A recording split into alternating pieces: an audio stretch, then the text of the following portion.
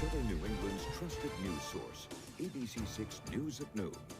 Good afternoon, everyone. Thank you so much for joining us. We start with the weather on a very humid and overcast day. Chelsea is in the Weather Center with our first forecast. Hi, Chelsea. This is the definition of kind of a soupy day out there. It is feeling incredibly humid and uncomfortable outside. We have dew points that are sitting at 73 degrees in Providence. Dew points across the area in the mid-70s range. That is really high for southern New England. We are feeling uncomfortable. Now, the temperatures today are hovering in the low 80s, but we've been talking about it for a couple days now. Big heat moving in after today. So we'll sit in the low 80s range today, low 90s tomorrow. Right now, there's a frontal system that's working through southern New England. So we've had a lot of clouds in place all morning. That's what's keeping us slightly cooler today. Again, it's very, very humid, but those temperatures aren't warming up much more than where they're at right now. There's been some scattered rain moving in, but a lot of thunderstorm activity through Long Island Sound, and some of these storms are strong. Some water spouts have been possible, hail, winds, all of that, and we're watching this cell as it continues to push eastward as we head into the coming hours. Now, because it's so humid outside, any of the rain that we see would lead to some downpours, some heavy rain. This little thunderstorm cluster should be weakening as it continues to push eastward. But again, the risk of thunderstorms and scattered rain will be possible. We have this round coming through right now, and there's more off to our west. Most of the stronger thunderstorms do stay west of us, but can't rule out a few isolated thunderstorms coming through with heavy downpours, gusty winds, thunder, lightning, all a concern with this round right now, and then again into the evening. Now again, today, around 80 degrees. Tomorrow, though, 90s, and that's going to continue for quite some time. I'll much more in just a few minutes. Doreen? Boy, all right, Chelsea, thank you. And new at noon today, Vermont State Police arresting a senior advisor to Governor McKee over the weekend after they responded to burglary and car theft calls. Police in Vermont say Christopher Farrell was arrested for unlawful trespass and unlawful mischief. He's due in court late next month on a criminal citation. He was taken from the scene by an ambulance to speak with a mental health worker. The Rhode Island Department of Administration says Farrell is on leave. The Rhode Island DOT, along with state and local leaders, breaking ground on the multi-million-dollar airport connector project this morning. ABC6 News reporter Yanni Trigelis is live in Warwick, where work got underway on one of the major paving projects in our state today. Yanni?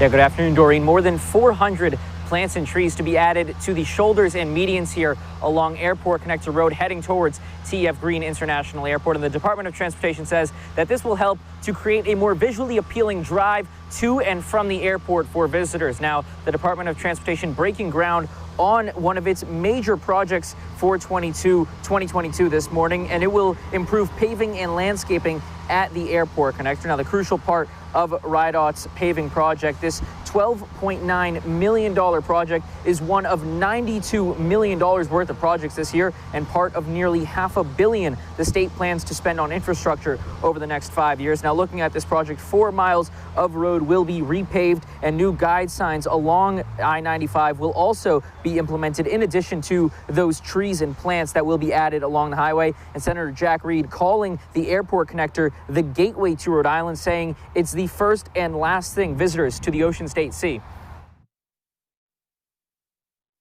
First impression you get is of the roadway out. And when we're finished with this work, that impression will be stunningly effective. It's good for the economy, it's good for our jobs, and it's good for our airport, and it's really good for the people of the state of Rhode Island, what's happening here today. And in addition to beautifying the roads along the Airport Connector Road, it will also improve safety, offering safer road services with the repaving, as well as limiting hazardous drop-offs. And it will also put in high visibility pavement markers. And the project will also include safer pedestrian access, as it will include sidewalks and ramps along the Airport Connector Road heading towards TF Green International Airport. And the Department of Transportation does say that they expect to complete this project by June of 2023. Reporting live in Warwick, Yanni Trigelis, ABC6 News. Thank you. And news on the coronavirus today. Federal health officials say the BA.5 Omicron coronavirus variant is responsible for increased spread recently. According to the CDC, 85% of Americans are now living in medium to high-risk areas. It's the first time in almost 2 months the cases are increasing in the United States as a whole. In Rhode Island, the Department of Health reports that hospitalizations are down about 50% since June. The CDC says less than 50% of Americans have received a booster vaccine. You got your booster, let's say, last November or December. You don't have as much protection against this virus as you'd like. Will protect you for the rest of this summer into the fall. I think it's really critically important. Last Friday's Rhino update still had all 5 Rhode Island counties in low transmission levels. And Massachusetts is expanding access to the monkeypox vaccine, adding locations for the shot, and that includes one in Bristol County. Starting next Monday, the Seven Hills Behavioral Health in New Bedford will give out the vaccine. It is by appointment only, and it's only for the highest risk people. In national headlines now, that scathing report on the Uvalde school shooting. Texas lawmakers finding systemic failures in law enforcement's response. The report says hundreds of officers failed to confront the gunman. 19 children and 2 teachers killed there. ABC's Rena Roy has the latest. Oh, shots fired! Get inside! In newly released body camera footage, we're getting a closer look at what happened inside Robb Elementary School the day a gunman opened fire, killing 19 children and 2 teachers. The footage made public by the mayor of Uvalde after a scathing 77-page report by a Texas House Special Committee finding catastrophic lapses in training, preparation, and leadership. If there's only one thing that I can tell you is there were multiple systemic failures. Just minutes after the gunman entered the school, police were on scene. Am I bleeding? Am I bleeding? Am I bleeding? My wife's bathroom. Officer Ruben Ruiz among the 376 law enforcement members who responded. He's in the hallway while his wife, Eva Mireles, a teacher, is in room 112 texting him. The rampage lasted 77 minutes before Border Patrol agents breached the classroom, killing the gunman. The report noting why it took so long to take him down, finding egregious poor decision-making on all levels. The report says if you're not willing to put the lives of the people you serve, of those children, before your own, in my view, you should find another job. School District Police Chief Pete Arredondo testifying that they prioritize getting children evacuated over approaching the attacker, saying, "My thought was, we're a barrier. Get these kids out." We need to get these kids out of here. Come on, kids, come on. Dispatch heard telling officers there were survivors, the committee stating it is plausible that some victims could have survived if they had not had to wait 73 additional minutes for rescue. The report also says the school's alert system was delayed due to Wi-Fi issues and that all 3 exterior doors to the school's west building were unlocked, giving the shooter easy access. Many families want officers to face criminal charges. That's up to the district attorney, who says this is still under investigation. She has not said whether any will be charged in the future. Rena Roy, ABC News, New York. And Pawtucket police searching for a suspect who they say shot a man in the face in a drive-by shooting Saturday night. This was around 10:15 on Lafayette Street, right outside of the Pagan MC Clubhouse.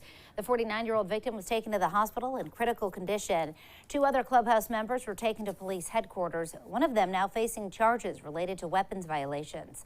Officials say none of the clubhouse members are cooperating in the investigation. Mansfield police say officers had to take 3 dogs out of hot cars at Thursday's Fish concert in town. Police say passers-by reported the dogs being left in cars that did not have adequate water or ventilation. They were brought to Tufts and Walpole for evaluation. They are all now in good health. Police are charging these owners with animal cruelty, and they put out signs Friday night indicating that people shouldn't leave pets in their cars during the concert. Cranston's Finance Committee will hold a hearing over school employee contracts today. Mayor Ken Hopkins has asked the city to review the contracts after announcing layoffs in the city to cut down on spending. One of the mayor's concerns is the teachers' 3-year deals with annual increases for senior teachers, citing a bill of over $16 million. That meeting will be held at Cranston High School East at 6 p.m. And a member of President Biden's cabinet will be in Newport today. Secretary of Education Miguel Cardona and Governor McKee will attend an event held by the Institute for Education Innovation. The event brings together K-12 educators and entrepreneurs to promote investment in new public education ideas. The event will be held at the Hotel Viking. It starts at 5:30 p.m. Still to come here at noon, the university responds after 2 URI students are accused of posting a racist video on TikTok. And the heroic actions of an off-duty Boston firefighter to save the life of a baby. And later, the worst airports of the summer. Do any New England spots land on the list?